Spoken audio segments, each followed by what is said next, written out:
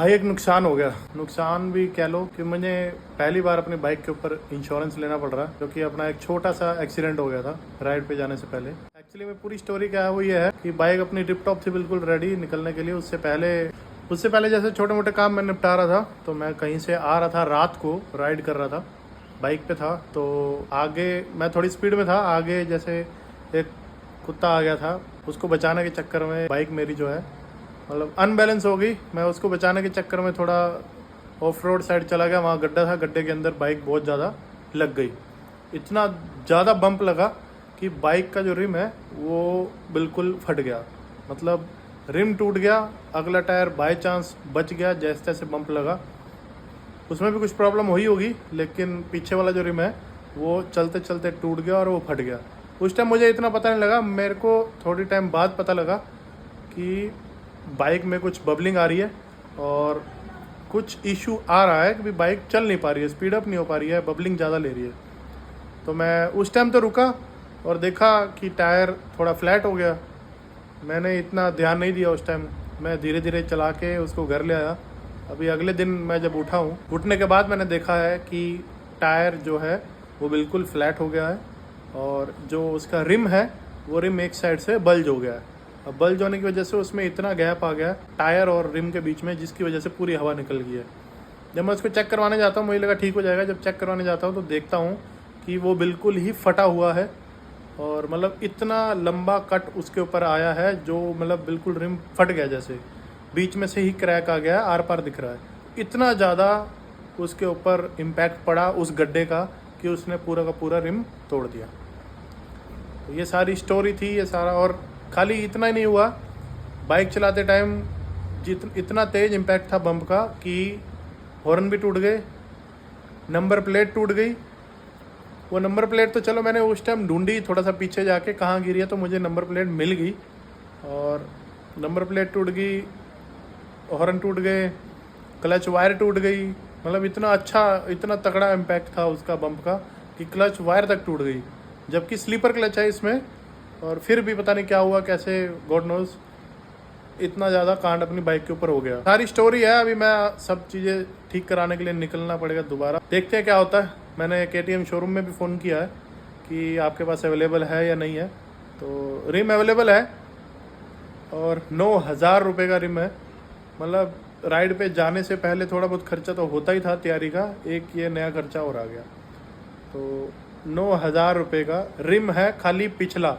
आगे वाला तो अभी मैंने उनसे पूछा भी नहीं, और लकीली आगे वाले रिम को कुछ हुआ भी नहीं। और टायर भी अपना जो पिछले वाला है वो भी एक बार चेक करा लूँगा मैं, क्या पता टायर भी डैमेज हो गया हो, क्योंकि मैं उसको धीरे धीरे चला के लेके आया था 30-35 की स्पीड पे कि घर पहुंच जाऊं, क्योंकि रात का टाइम था कि सुबह देखूंगा इसको क्या हुआ। तो ये सारी चीज़ें हैं, अभी करवाते हैं धीरे धीरे। मैं आपको दिखाता हूँ क्या क्या हुआ बाइक को। भाई सबसे पहले तो ये देखो, ये नंबर प्लेट बिल्कुल टूट के ही गिर गई। मतलब एक होता ना बिल्कुल हल्का सा टूटा हो, नहीं, ये तो पूरा टूट गया। और ये बाइक का टायर देखो बिल्कुल फ्लैट हो गया, हवा भी नहीं है इसमें और बहुत अजीब तरीके से चल रहा है। देखो हॉर्न वगैरह सब टूट के गिर गए थे। ये हॉर्न का क्लिप था सारा, ये भी मुझे पता नहीं लगा कब टूटा। पर एक ये एक्स्ट्रा बटन मुझे परचेज़ करना पड़ गया। क्यों? क्योंकि ये वाला जो बटन है जिससे हमारी लाइट्स चलती हैं बाइक की, ये भी ख़राब हो गया है। पता नहीं इसको भी क्या हो गया, तो ये भी चल नहीं रहा था। तो फ़िलहाल मैंने ये ले लिया इसके लिए, तो इसको जाके लगवाना पड़ेगा।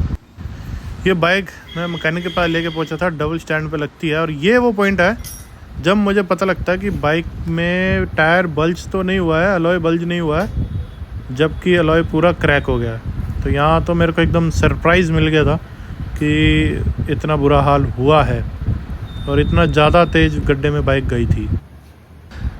देखो टायर वैसे ठीक हो जाता है, अलॉय जो है इसका ठीक हो जाता है।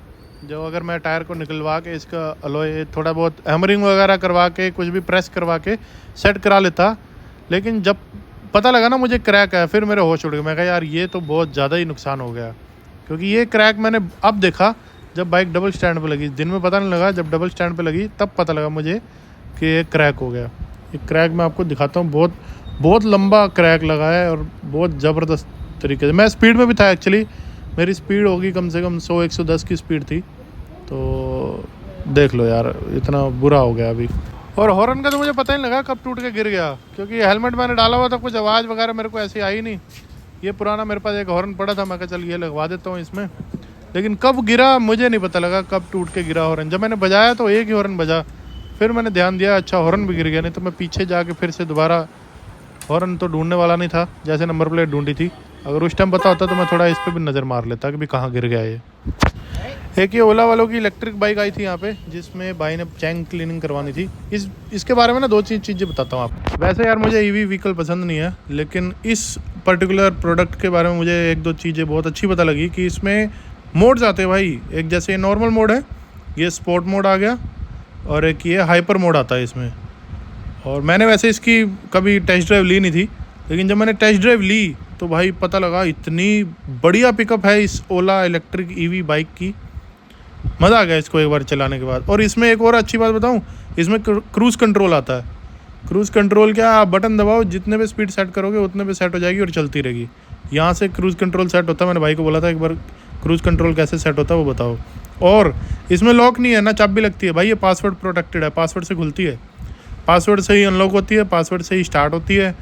तो ये दो चार चीज़ें ना बड़ी इंटरेस्टिंग मुझे पता लगी इसके बारे में, और इसकी टेस्ट ड्राइव लेके तो मज़ा ही आ गया। बाकी ईवी व्हीकल की लाइफ इतनी होती नहीं है, इसलिए मुझे इतनी पसंद नहीं है। बाकी चला के आप देखना कभी। ये देखो जैसे अभी ये इको मोड में चल रही है क्रूज़ कंट्रोल पे, अभी हमने यहाँ से क्रूज़ कंट्रोल लगाया, 21 की स्पीड है जिससे ये कंटिन्यू चल रही है। मैं आपको पीछे भी दिखाता हूँ एक बार, ये देखो ये घूम रही है आराम से, चैन क्लीनिंग हुई थी तो चला दिया थोड़ा सा। ये क्रूज़ कंट्रोल है इसका, देखो आराम से चल रही है। तो ये थोड़ी सी चीज़ ना मुझे अच्छी लगी। और इसकी टॉप स्पीड पता कितनी है, 126। और भाई बोला इतनी तो मैंने चलाई भी है। ये नंबर प्लेट के रिविट बीच में ही टूट गए थे, तो मुझे गैस वेल्डिंग से निकलवाना पड़ा। क्यों? क्योंकि भाई जिसके बाद मैं नंबर प्लेट लगवाने गया था उसके बाद ड्रिल ही नहीं था।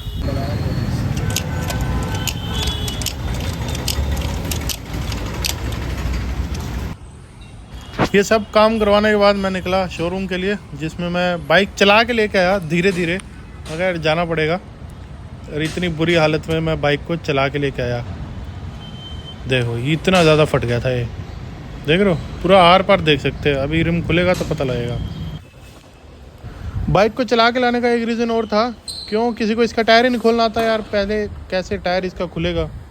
मैं एक के पास गया, बोला भैया थोड़ा सा दिक्कत है, नहीं पता लग रहा है। दूसरे के पास गया, भैया हमसे नहीं होगा। तो फिर मैं इसको चला के लाना ठीक समझा। बाकी इंश्योरेंस का ये सारा प्रोसेस वगैरह होके मैंने कंपनी में ही खुलवाया टायर को। मैं कह यार अभी टायर ख़राब होगा तो कोई बात नहीं, नया डलवाया जाएगा, लेकिन किसी को नहीं खोलना आ रहा तो क्या करूँ।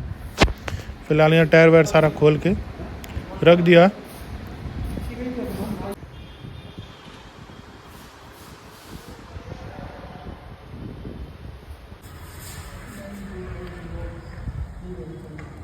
समझेगा ना।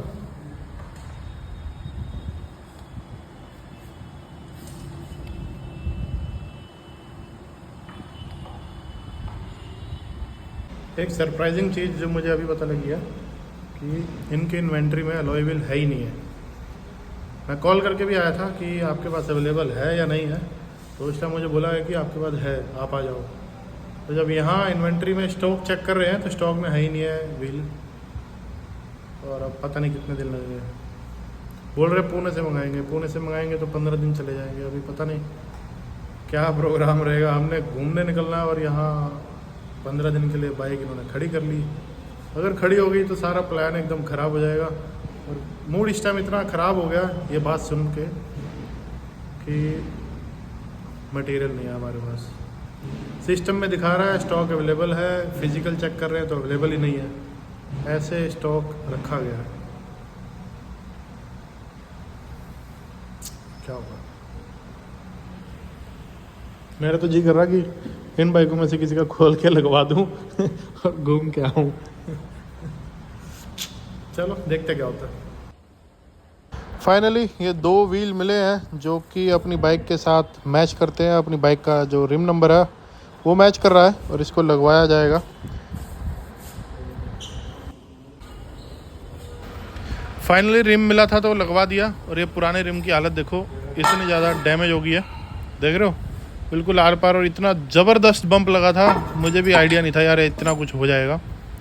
पर ये जितना काम हुआ ना, इसमें सबसे ज़्यादा मैं थैंकफुल हूँ, मतलब जो सेल्स में डील करते हैं ना KTM करनाल में, उन भाई का, विशाल नाम है उनका। तो क्यों हूँ, क्योंकि वो एक्चुअली थे पानीपत में, और विशाल भाई को मैंने फ़ोन किया, मैं कहा भाई ऐसे ऐसे है, तो बोले ठीक है पाजी आप आ जाओ। तो मेरी डीलिंग उनसे काफ़ी पुरानी है, काफ़ी टाइम से हम लोग कनेक्टेड है, क्योंकि बाइक भी काफ़ी टाइम हो गया मुझे लिए, तो उनसे मेरी बातचीत रेगुलर होती रहती है। कुछ भी अपडेट वगैरह करवाना होता है बाइक में, या कुछ स्पेयर्स वगैरह चाहिए होता, तो पानीपत से स्पेशल करनाल आए मेरे लिए कि भाई आपका काम मैं करवा के ही भेजूँगा आपको। अगर फिजिकल स्टॉक नहीं मिल रहा है, जो कि सर्विस में डील कर रहे हैं या पार्ट्स में डील कर रहे हैं, उनको नहीं मिल रहा, तो मैं खुद आके ढूंढता हूँ। तो भाई वो बंदा खुद आया, उसने खुद ढूंढा, और शोरूम की टाइमिंग जो है वो 6:30 बजे क्लोज हो जाती है। भाई उन्होंने खुद ढूंढ के मुझे बाइक पे फिटअप करके पूरी एकदम तसल्ली करा के, इंश्योरेंस वाले से भी तसल्ली करा के, फिर मुझे बाइक रिलीज़ करके दी उन्होंने। ये जितना प्रोसेस था, मतलब 7:45 हो गई थी मुझे वहीं पे, 7:45 8 ही बज गई थी। तो मेरे को सारा काम उन्होंने करा के ही फिर बोला कि पाजी अब आप जा सकते हो।